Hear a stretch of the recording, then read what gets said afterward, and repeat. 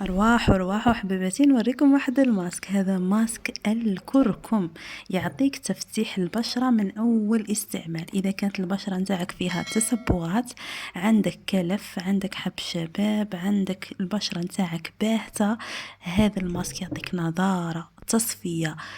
وش نقول لكم، قد ما نوصف لكم سر هذا الماسك، ماسك خطير خطير. اذا منعتوا هذا الماسك راكو تراضوا بزاف. مكون من 3 مكونات، عندك كركم مطحون، حمص مطحون، وحليب. تقدري تستبدليه بالياغورت طبيعي او اي ياغورت كان عندك عادي، ما هوش مشكل. اذا نلموا كامل هذه المكونات مع بعضهم. اذا الكركم جد جد جد ممتاز للبشرة، تفتيح، يعني البشرة نتاعك تولي صافية مراية. ما تنساونيش قبل ما يكمل الفيديو انكم باش تشتركوا في القناة وتفعلوا زر الجرس اذا عجبتكم القناة. اذا البنات، اذا الماسك غادي نخلطه ونديره دائما على بشرة تكون نقية دائما وصيكم، وتخلوا هذا الماسك واحد ربع ساعة الى 20 دقيقة، حتى نصف ساعة ما غاديش يضر.